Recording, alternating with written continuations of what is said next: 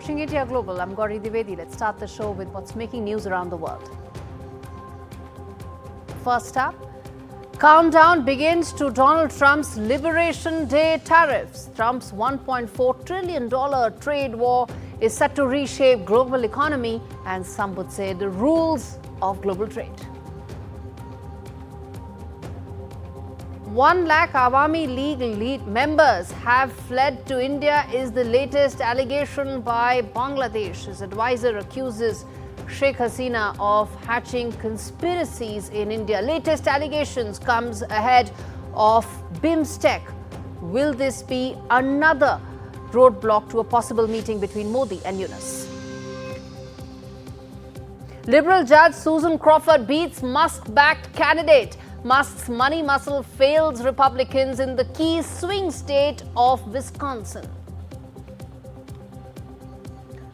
Israel set to expand its military operations in Gaza. Reports suggest may even seize areas. Defense minister says that the aim is to crush terrorists after all ceasefire talks have broken.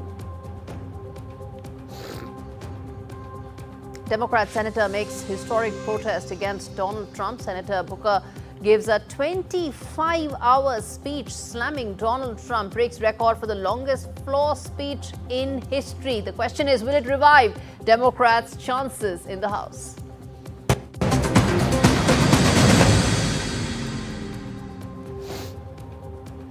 Our top story on the show, US President Donald Trump is all set to announce his latest slew of tariffs at the White House tonight. And India Global is keeping a very close watch on what could be the measures that will threaten to unleash a global trade war on what he has said all along is Liberation Day. Why? Because it's going to liberate the American economy, which is stuck in the clutches of heavy tariffs that countries around the world have been imposing on American manufacturers for decades. No details are out as yet, but it is likely to rattle and has already rattled global stock markets and really alarmed companies and economists around the world. President's proposed a 25% tariffs. They are likely to hammer the world economy. Some back-of-the-envelope calculations suggest it could be $1.4 trillion. Again, no one really knows whether it's going to be layered, whether it's going to be millions of tariff slabs that will be put, or one single. The important part is that India will also not be left unscathed. We will feel the pain. No one knows how much, because no one really knows what is the extent of this tariff mechanism that he's going to come out with. But of course, it's going to be less effective given the fact that there have been some trade talks between India and the US, and that could really break the ice. How much remains to be seen, and which is why I'm going to now put forth those big questions that we always do on India Global to really decode the story in greater detail. Let's put that out. Question number one, which is that will Trump tariff bomb actually hit and impact global markets? It has already rattled, but how much more? Second, will the tariffs bring a complete turnaround of American trade policy? Will this really be that watershed moment as to from here on how American trade policy will behave? The next key question, how much will it hurt the American economy? Because at the end of the day, American consumers will have to pay more, which is why American stock markets have also been very nervous about it. And lastly, will these tariffs actually start major trade wars with leading economies, whether it's China, whether it's Mexico, whether it's European Union? Where will the American trade policy be? And also in the midst of this, what will be the US-India trade relationship? We'll try and decode all of that with my guests joining me this evening, Mithali Nikore, who's an economist, and Professor Irfan Nuruddin, who's joining me from the Georgetown University in DC. Thank you so much, both of you, for taking out the time. And in fact, let me start with the voice coming in from America, which is that there is nervousness around global markets. And what's it looking like, Professor Irfan? Because no one really knows what these reciprocal tariffs would be and how they would actually go about liberating everyone, including American companies. Yeah, I think the only one liberated Mr. Trump and his friends. Look, I mean, we've got just tremendous uncertainty, and markets don't like uncertainty, right? Once we know what he's actually got in store for the global economy, businesses will have to factor that into their bottom lines, and then the stock markets will process that information. We'll get a repricing of some stocks, and we'll be okay on a lot of other things. At the end of the day, the biggest loser from this, I think any serious economist will tell you, is going to be the US consumer, right? The long run bet for Mr. Trump and company is that some of these tariffs induce American companies that have outsourced manufacturing and other business operations globally in an effort to save costs, and makes it actually financially attractive for them to relocate their manufacturing back to the United States, and in that sense, creating jobs. Now, in that regard, I mean, he's doing what we have seen in India, right? I mean, this was the whole point of Make in India. This was the notion of Prime Minister Modi's Atmanirbhar Bharat kind of ideas. This is, in fact, what lots of countries have done. And that fuels the Trumpian rhetoric that other countries have been taking advantage of the United States. Again, what I think serious economists will tell you is that for all of that protectionism that has occurred around the world, the American economy has still benefited from having a very low barrier to entry into the US market. It's been great for American consumers, and American companies have been the biggest beneficiary Yes, of this because they're the most powerful companies in the world. So, indeed. again, the big challenge over here is that Trump deals in uncertainty and markets don't like uncertainty. But later today, Absolutely. hopefully, we'll have more clarity. Indeed, the world is watching, and so are we. Mitali, now, if one were to talk about the India aspect, the India impact, some of those graphics that we played out do indicate specific sectors where the impact could be more, whether it's alcohol, agri, pharma, footwear, MSME, spaces where probably the cushioning would be far less. But explain to us, where do you think that India could be able to extract the best possible concessions, for want of a better word, or agreement in these trade talks that have been going on for some time? Thanks a lot, Gaurie, for bringing me onto the show. I think, I completely agree with Irfan that as a serious economist, I can tell you that the biggest loser out of this entire situation will be, at least in the short run, the US consumer, because there is a high amount of import dependency. And it's very difficult to re-engineer supply chains overnight. I mean, you can, of course, impose a tariff overnight, but you can't change your suppliers overnight. Now, in terms of the India-US relationship, what I would commend, Prime Minister Modi is that despite so many challenges, he went ahead to Washington and brokered a deal on behalf of our economy and on behalf of our country, and really set out a North Star for all of us to say the India-US trade relationship should lead to an amount of $500 billion of trade by 2030. No, that's the aspiration, Mitali. That's the aspiration, and that's the stated common goal. But Absolutely. The fact is, these reciprocal tariffs are coming. The White House confirmed that today as well. So they are coming. We don't know the form and shape they will take, but they are coming, and they are going to impact the Indian economy as well. The question is, where do you think the impact could probably be the most, and what could policymakers in India do about it? Absolutely. And in fact, this is exactly what is being discussed. I mean, when we look at the pharma sector, when we look at auto components, when we look at light manufacturing, when we look at electronics and semiconductor industries, I mean, these are the industries which are likely to be most impacted with the first set of tariffs that are going to come in, especially the reciprocal tariffs. The other sector which we are all worried about is the agriculture sector, because the agriculture sector is where, India imposes nearly a 38% tariff on US imports, and therefore the rice and wheat which India is exporting currently to the US will also face a high reciprocal tariff. All right. So I'm still trying to wrap my head around the fact that if this is going to come for everybody, not just for India, Irfan, let me ask you this, that if it's going to come for everybody, do you expect that trade negotiations going forward are essentially going to be about bilateral talks, that whoever has managed to get those give and take going with DC probably extracts the best possible deal, rather than having multilateral frameworks, big ticket trade pacts with multiple partners? Is that really how trade policy is going to be going forward? I'm afraid so. I mean, so Mitali and I agree that obviously the US consumer is the biggest victim. The other big victim is the World Trade Organization and the entire rule of global trade governance that has been established over the last 60 years. Multilateral trade negotiations are effectively dead. They've been dying for a while, so this isn't particularly new, but this is the final death knell, if you will. So lots of bilateral. I suspect that once the full impact on inflation and the US economy becomes clearer over the coming months, there'll be a lot of pressure on Mr. Trump to announce deals, right? Allow him to save some space, some symbolic efforts, and that will be done at the bilateral level as countries are pressured to offer concessions. The problem for India is that the two sectors that really matter, manufacturing and agriculture, are very politically sensitive for the Indian government, and it's just unclear that they can offer the kind of concessions that US trade negotiators are going to really, really want. But I do think we're just going to see a slew of announcements that certain countries, certain businesses have said they're coming back to America, that allows Trump and his supporters to claim victory, and then hopefully some rationality returns to US trade policy. And Irfan, do you think this uncertainty, you mentioned that earlier as well, there are these reciprocal tariffs, there are these Russian oil tariffs, the Venezuelan oil tariffs, a bunch of other things that may also be on the anvil. Do you think this uncertainty will also come in the way of maybe America first supply chains, defeating some of the purpose and the objectives that these tariffs are supposed to have?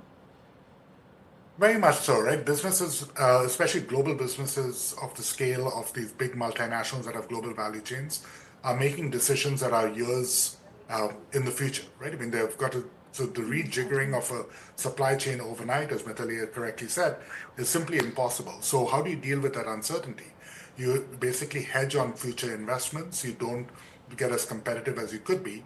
And remember that the rest of the world isn't standing put. So you already seen announcements that two of America's closest allies, Japan and South Korea, are going to be collaborating with China to provide a joint front to fight the US trade tariffs. I mean, Europe is going to be rethinking its relationship with the United States. We're not talking about the end of America's too big an economic actor for the world to cut it out. And it's not in anybody's interest that the American economy should falter. It should continue to do well because it's the primary economic engine of the world to that extent.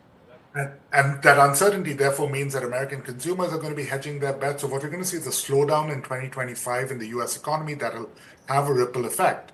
Again, the world economy is pretty robust right now. We can handle that from the short run. The question is that if Trump and company really think that tariffs are the way in which they're going to rebuild American manufacturing and are willing to stick to that, then we've got a very long run problem ahead. If this is a big negotiating ploy, that they're trying to use this as a major stick to exact. I think Mitali is nodding her head in disagreement. I'm running out of time. I'm going to give you 20 seconds in the spirit of fairness. Thanks, Gaurie. So I think, what I would like to see the American economy do is leverage their technological strength to move the whole world economy forward. I mean, they're already the leaders in AI, and I'm actually agreeing with Irfan here that it shouldn't be about artificial tariffs, but really about innovation that should be driving us forward as a global economy. Yes. And this is not the way in which we should be competing economically, especially with emerging economies like India. I'm out of time, but all I can say is that there are a bunch of people around the world who agree with what you are saying. I'm going to really watch out for what the White House statement is coming out at about 1:30 p.m. Indian Standard Time, and we're going to give you all those details. On that note, I'm going to slip into a very quick break. More on the other side.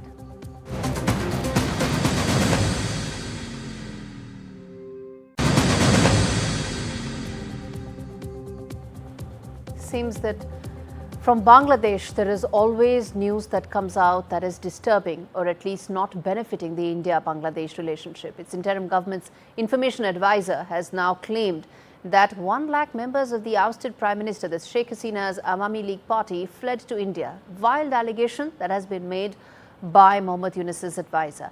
Criticizing Hasina, Mahfouz in fact said that Hasina used enforced disappearances and killings as a means of avenging her parents' assassination. No way of proving any of these. In fact, he also went on to accuse the Awami League of operating as a mafia group, vowed that the party would never be allowed to regain political footing in Bangladesh, claimed that Sheikh Hasina is still hatching conspiracies against the country in India. All of this muddying the waters when it comes to India-Bangladesh relationship at a time when it is going through a sensitive period. Let's get in Faisal Mahmood, who's Minister of Press at Bangladesh High Commission to New Delhi, to really talk to us about these comments that are coming in. Faisal, do you think, first of all, that these are responsible statements that are being made by the administration in Bangladesh?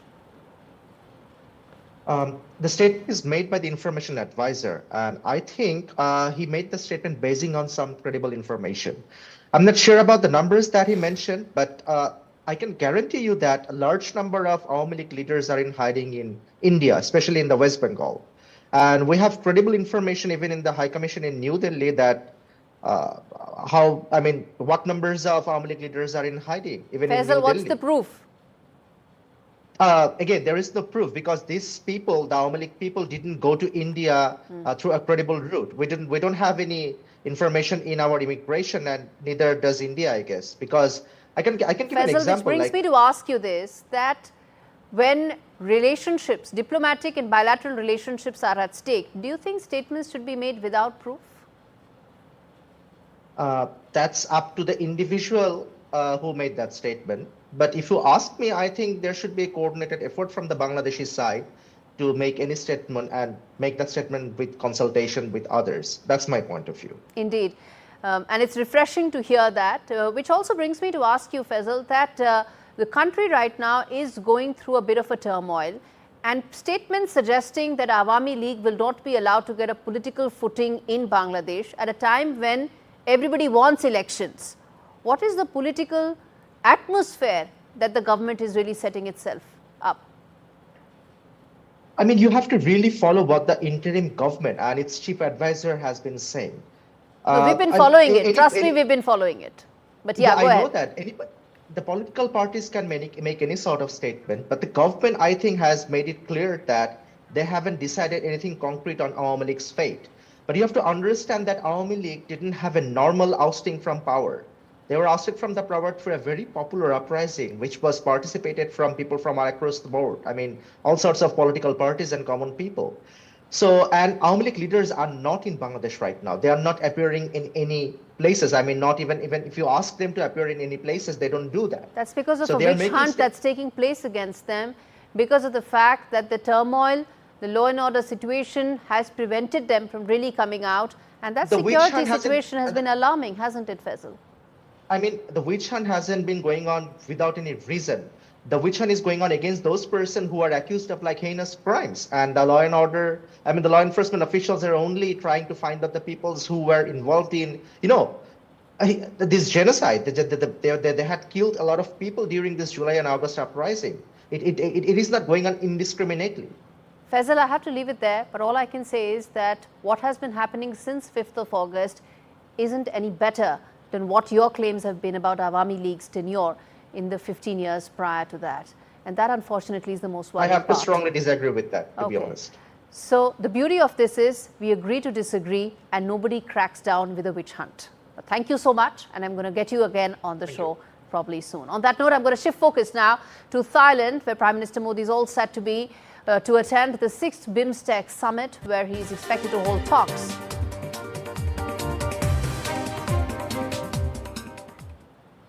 These talks will be with his Thai counterpart as well as other global leaders, probably even Nepal Prime Minister. I want to get in my colleague Vishal Vivek, who's been standing by to really give us a sense of what's at stake and what could be some of these key meetings or the highlights of BIMSTEC. Vishal.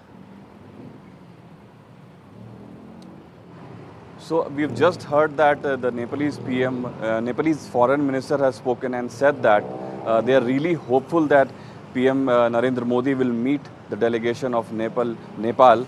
And on the Nepal side, you have KP Sharma Oli, the newly crowned Prime Minister, and then he's followed with other delegations such as the foreign minister, and some Syrian advisors are with him. So the Nepalese contingent is clearly saying that they wish to meet the PM, Indian PM. So there have been some tensions between both the sides in the last 1 year. There has been one meeting between both the leaders, and that was in New York last year in September. And so far, there has not been much bilateral cooperation between both the countries in the last 1 year. So all of that could change on this Thailand ground, but all of that remains to be seen. Too soon to comment whether the bilateral meet will actually happen or not. But on the other hand, there are so many other leaders who have already come here, and they have been speaking that BIMSTEC needs to step up. It's not that relevant. They've been really openly saying that, but at the same time they also want BIMSTEC to be better and to the countries to collaborate in a better manner. They have had meetings before the main summit begins. Today I was at one of those meetings where some really senior leaders were there, and they spoke that BIMSTEC, the name itself is so complicated that most people won't be able to say the full form of BIMSTEC. So that just highlights one of the problem. So I spoke with one of the leaders of BIMSTEC. Let's listen in to what he said. I'm joined by the Secretary General of BIMSTEC here in Bangkok. Let's speak with him and get to know what is BIMSTEC up to these days. Sir, there was a meeting just few hours ago, and in which a lot of people said that BIMSTEC needs to step up. There is a lot of things that it needs to do, especially in a situation like this when there's a big earthquake. Do you think that's the case? What does BIMSTEC need to do actually to step up? No, BIMSTEC has been in existence for almost 28 years. So we have in place the mechanisms for regional cooperation. We have our clearly identified agenda. We have our charter in place, the rules of procedure in place, and we have taken a number of significant initiatives. The importance of regional solidarity has been manifest in dealing with the unfortunate earthquake that has struck our region in Myanmar and in Thailand. In case of Myanmar, India, which is an important member of BIMSTEC, has been the first responder. Bangladesh and Thailand, two other members of BIMSTEC, have also provided assistance in dealing with the aftermath of the earthquake. And we already have a proposal from India to set up a BIMSTEC disaster management center. So that shows the importance of regional cooperation. But this regional cooperation is not limited only to disaster management. We have cooperation in security sector, we have cooperation in energy sector. Pakistan has postponed a deadline for hundreds of thousands of Afghans to return to their country due to Eid celebrations and holidays marking the end of Ramzan. Meanwhile, 50 prominent Afghan women's rights activists sheltering in Pakistan face imminent deportation to Taliban-controlled Afghanistan, where they say they risk imprisonment for death. The Pakistani government has pledged to expel millions of undocumented Afghan nationals amidst worsening relations with Kabul and a spike in cross-border militant attacks. Officials have described Afghan refugees as a threat to national security, labeling them as terrorists and traitors. Bottom line, viewers, is that it's never easy to be a woman, and probably one of the toughest places to be one is Afghanistan.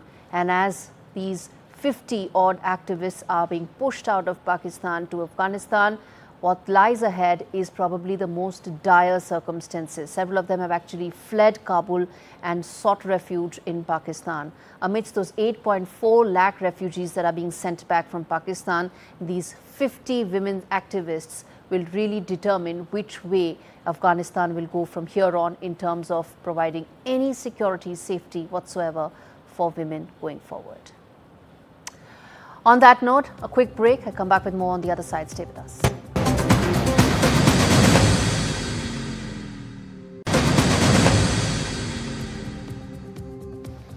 Okay, let's turn attention to probably one of the most fascinating stories unfolding on the other side of the Atlantic. Elon Musk's big money muscles hasn't helped the Republican or the Conservative Party, and the Democrats have bested them. I'm talking about the Democrat-backed Judge Susan Crawford, who won the race for a seat on the Wisconsin Supreme Court Tuesday. How it unfolded and why it is very significant, this report tells you.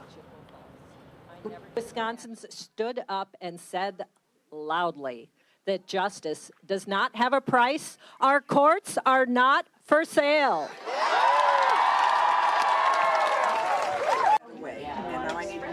The Wisconsin Supreme Court race was all about a billionaire's millions and the true battle for justice.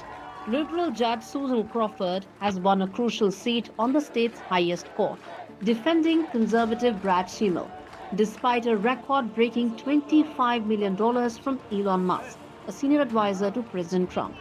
Musk didn't just fund Brad. He personally campaigned in Wisconsin, even donning a cheese head to rally support. Isn't it shocking how much violence and hatred is coming from the left? I mean, isn't it supposed to be the party that they claim to be the party of empathy, and yet they're burning Teslas and shooting up dealerships and calling for the death of the president and me? I'm like, guys, you know, this is insane. Like they're gone psycho. Instead of helping Brad, Musk's involvement fueled Democratic opposition. Voter turnout surged, and Crawford secured victory with a 9-point lead. Never before has a single donor tried to sway a judicial race at this scale. Musk's political machine was in overdrive. An $11.5 million ground game, $7.7 million in TV ads, and even cash incentives for voters. His super PAC paid $100 for signing petitions and $50 for posting pictures outside polling places. For Musk and Trump, it was part of a bigger plan, the plan to reshape Congress. With Republicans holding a narrow majority, the conservative-leaning Wisconsin court could have redrawn congressional maps, flipping key House seats for the GOP. For Democrats, Crawford's win was a breakthrough moment. After months of struggling against Trump's administration, her victory, along with recent wins in Iowa and Pennsylvania, signaled new momentum for the party. With Crawford's 10-year term, liberals maintain a 4-3 majority on the court, set to rule on abortion, labor rights, and redistributing. That balance is secure, at least until 2028. With Rhythm Arcadia, Bureau Report, NDTV World. As I said, the most fascinating story in America, simply because this is the most expensive election that has happened in any of the states in a long time, and which is why we're putting forth these big questions on India Global. First up, did Musk's money muscle fail the Republicans? The next question, is the verdict a referendum on Trump's policies? It's been 2 months and, well, the voters don't seem to be in sync with some of what Trump has been advocating, or is that the case? The next question, does the verdict reflect on Trump's political capital? Wisconsin is a swing state. He won all the 7 swing states last time around, but he hasn't been able to swing this. What does that speak about Trump's political capital? And lastly, did Musk's overt political campaigning really hurt the GOP chances? Was that one of the main reasons? You saw some of his very provocative speeches and his positioning as well. And lastly, will Wisconsin's liberal edge have a larger national impact, whether it's in terms of legislations or whether, as I said, it's a swing state and could have impact on that front? Anand Ahuja is joining me live from New York, and he's the vice president of the Indian Americans for Trump. And I also have Jonah Blank, who's a former advisor to Biden, joining me as well. Okay, in fact, let me start with you, Mr. Ahuja. The fact is that this was a very important election. How do you see its impact panning out for American politics?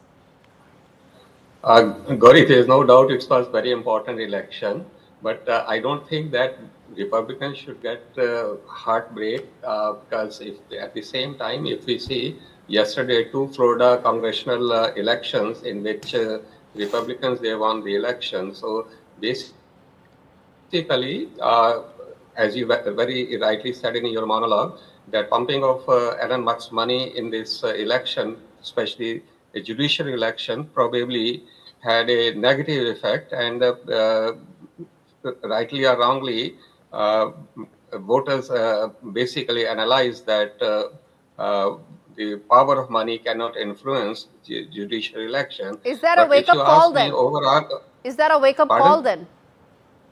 To some extent, yes. I will say yes, it's a wake-up call. But at the same time, if you see as far as the referendum on Donald Trump's policies is concerned, that probably is not going to have an adverse effect, because as I said, that Florida election proves that by and large people in this country, they are happy the way Trump administration is basically handling in domestic policies as well as foreign policy. So I don't think that it's going to have any negative impact as far as Donald Trump's policies are concerned. Okay, let's get in Jonah Blank to respond to that, the significance of this election and its larger impact. Jonah. Yes, well, the the people of America are not happy about how Donald Trump is governing, as we've just seen both in Wisconsin and in Florida, where in two very, very safely Republican seats, the Republican majority was slashed. The biggest difference between Trump 1 and Trump 2 is Elon Musk. Trump in this administration has essentially given the entire operation of his administration over to Elon Musk, the wealthiest person on the planet.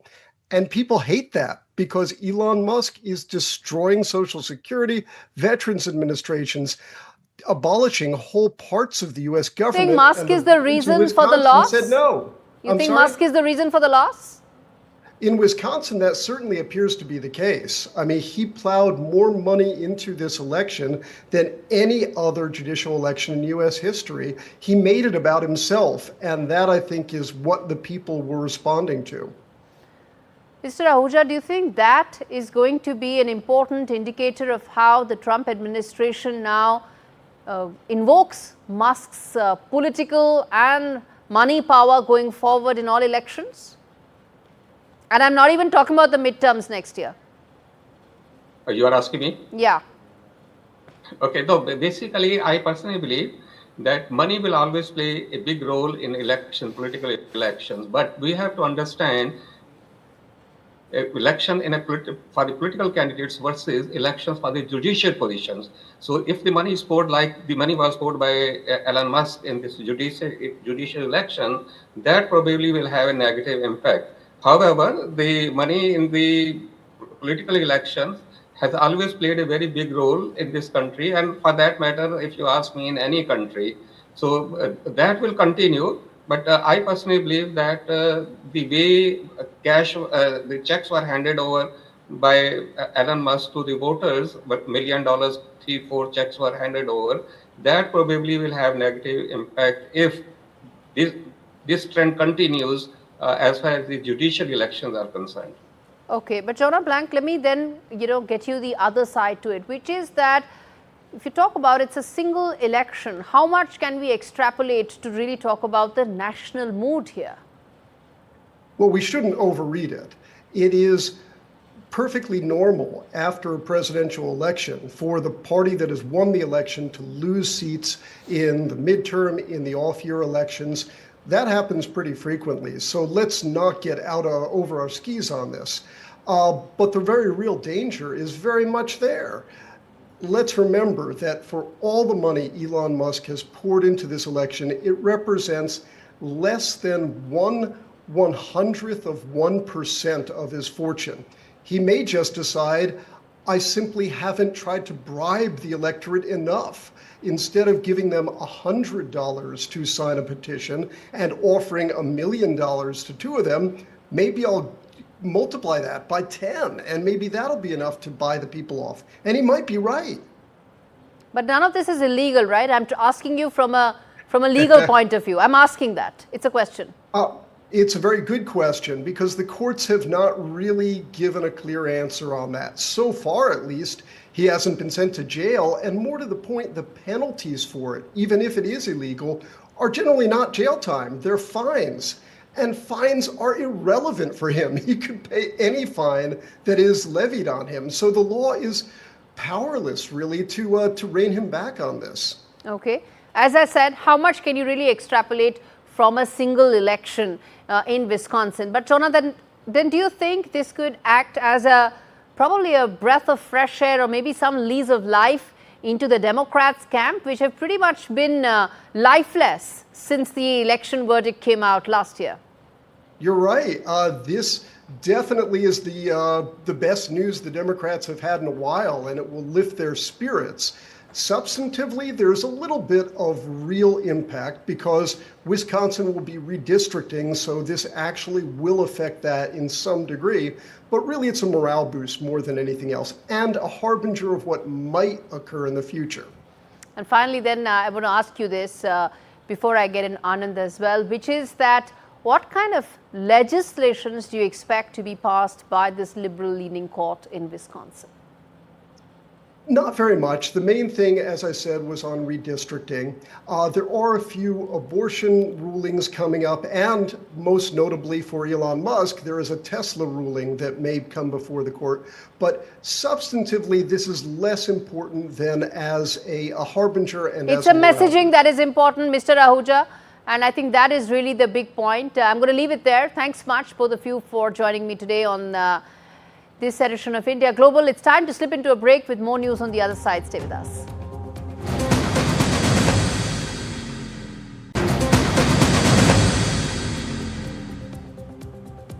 Israel has announced a major expansion of its military ops in Gaza, with possible plans to seize large portions of that region, designate them as security zones. The operation also involves large-scale evacuation of Palestinian residents. That's the Israeli defense minister said the goal is to destroy and clear the area of terrorists and any terrorist infrastructure, saying that it would require large-scale evacuations. Did not disclose the exact amount of land that Israel plans to seize. What's the next phase of this war? How long it could go on? And more importantly, the repercussions of some of these plans that Israel has. Let's get in Dr. John Harrison, who's an expert in the Middle East politics, joining me live from Abu Dhabi to talk more about this. So the fact is, Dr. Harrison, that there is no ceasefire anymore between Israel and Hamas. And there is no update on how that entire issue will be resolved, given the fact that hostages still remain with Hamas. In the backdrop of that, how do you see Israel's next phase of this war? Well, thank you for having me. Unfortunately, the ceasefire did break down. And I think while certainly both sides are pointing fingers at the other, Hamas bears more of the responsibility for this. These Israeli efforts, to the moment at least, from what they publicly stated, is that they would like to expand the security zone last week or 10 days, that there are more Palestinians who are publicly willing to challenge Hamas and its position as self-declared leaders of the community. So there's a political opportunity here where the Israelis have largely degraded, if not destroyed, the military capacity of Hamas, but the political capacity remains in place. And we've seen the targeting over the last 10 days or so of the political leadership. This is an effort, I think, to draw Hamas out and to make sure that it is not only just militarily incapable of continuing, but also politically incapable, which then opens up space for a potential other leadership to emerge and perhaps expand the possibility of a more lasting ceasefire. How hopeful are you that some of what Israel's thought process is likely to bear fruit, and some of this war could see a closure anytime soon? Well, I mean, there are two parties involved in the action, and certainly Hamas has taken a position where it does not seem to want to engage with the peace process. They are accused, at least, of rejecting a continuing ceasefire offer that the United States put forward. The Egyptians and the Qataris are certainly moving to try and reestablish peace, and for all concerned, and particularly for the Palestinians living in Gaza, a ceasefire is the desired outcome. But there are ways of getting that, and certainly Hamas has to be willing to engage with a process that really ends up releasing the hostages that they took back on October 7th. Right. And finally, the fact is, at the end of the day, Israel's stated goal is also to bring back some of those hostages. The figures may be disputed, but anywhere between 25 to 35 could be the kind of hostages still with Hamas. Are you hopeful that these measures would bring back some of those hostages? Certainly Hamas had the opportunity to be able to do that, and they chose not to. It is obviously devastating for the hostages and their families, but for Hamas to be holding human shields and to be using not only Israelis but their own population as that, I think sends a message on kind of where they think their power is and what they think should happen. Peace is better for all concerned, particularly for the thousands, tens of thousands of Palestinians who are at risk. But it's ultimately Hamas's choice on this, and that they have to start making decisions that are beneficial not just for their organization, but for their population. Indeed. And finally, sir, very quickly, at the end of the day, you're right about the fact that this breakdown of peace talks took place because of Hamas's refusal to move ahead. How much do you think US is going to back in Israel's next measures to try and identify possible peace areas? Certainly, the United States, the Trump administration, is far more supportive of an aggressive approach to Hamas than the Biden administration was. So there is some political and military space available to them, but it is not unlimited. And I think both the Israelis and the American administration realize this, that there is some scope, but politically it is not an open-ended commitment that the United States is going to be able to sustain, so that there's going to have to be some movement. And again, while both sides certainly bear some responsibility here, Hamas, at least for this round, has to start making better decisions. All right, let's leave it there, sir. Thanks much for speaking to me today on a very important story. And let's now turn our attention to Senator Cory Booker of New Jersey, who's actually made history with a record-breaking speech where he really took down the Republicans, spoke against them at great length. And in fact, it was a record-breaking speech, over 25 hours. The marathon speech started at 7 p.m. ET on Monday, with Booker promising to keep going as long as he could physically do so. Now, what's the messaging that he's sending here? Could this really help in revival of the Democrat Party? And with limited power, the party's actually struggled to mount any sort of unified resistance, so to say, to the Republicans. Before I get any further, let's quickly play out this soundbite from Chuck Schumer. I just want to tell you a question. Do you know you have just broken the record? Do you know how proud this caucus is of you? Do you know how proud America is of you?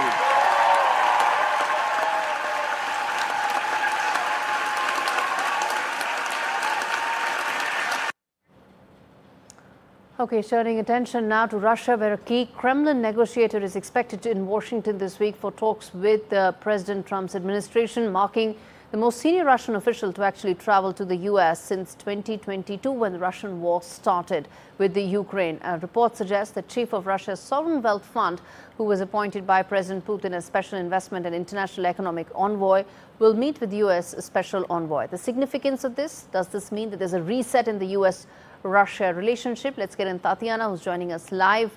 She's a senior journalist. Tatiana, talk to us about the significance of this meeting, and what do you think could be the expected, or Russia's expected, outcomes from this? Well, let's, Gaurie, first and foremost state that this is a reported meeting that has not yet been confirmed by the Russian side. The Kremlin spokesman has said that the meeting is possible. However, we don't know any official details. Everything we know from American media, and you know how often these reports have to be first verified, then, taken on. But I do believe that, in terms of what has been happening with the Russian and the American side meeting and discussing many issues, this visit, should it actually happen, would How be much of a reset do you think it will be for U.S.-Russia relationship? I don't think that we can talk about a reset as of right now. We're still discussing many points of possible cooperation. But of course, any sort of investment, direct investment, mutual investment even, would be an extremely important part of the ongoing communication between Moscow and Washington. Because if you look at how Donald Trump does business, then you understand that he is about big money, and any sort of direct investment would be a sort of a security guarantee in terms of even potentially future negotiations on Ukraine. Indeed, I was coming to just that while there's going to be revival of the economic relationship, Trump has also threatened tariffs, fresh tariffs on Russia, if President Putin doesn't agree on the Ukraine peace pact. How do you think that is going to impact the talks? I don't think this is going to impact talks at all at this point. First of all, Donald Trump is yet to meet Vladimir Putin in person. Second of all, as I've said many times, we need to understand that when an American president speaks, and certainly when the US president speaks, he's first and foremost speaking to the American population, not to, directly to Vladimir Putin. So he's trying to portray a strong to give up a strong vibe to his electorate and to his public, American public. When it comes to the ongoing negotiations, I do believe that the Russian position, which was made clear back in 2022 and hasn't really changed since, is not going to shift because Donald Trump said something. Given the fact that the Russian economy has really been impacted and battered by the sanctions and the war for the last 3 years, how much... And you're basing this question on which numbers exactly? No, I'm just asking you that how much do you think American investments will help the Russian economy, and how important do you think that will be in this proposed meeting? Well, Gaurie, this question, which I find extremely biased to begin with, has nothing to do with the reality. If you're calling Russian economy battered, when in fact it hasn't been, then I would like to see specific numbers or hear them, backing such claims. So you have no expectations out of this meeting? And what do you think would like in terms of economic expectations? I don't believe that Russian economy needs any sort of a lifeline, which is what you're suggesting, because Russian economy has been doing very well, despite the unprecedented sanctions. Okay. Okay, I'm afraid I'll have to leave it there because we agree to disagree. I feel that the Russian economy does need an economic lifeline, and at this stage, the meeting could provide it one. But as I said, let's leave it there where we disagree. On that note, a completely timed out on this edition of India Global. Thanks so much for watching.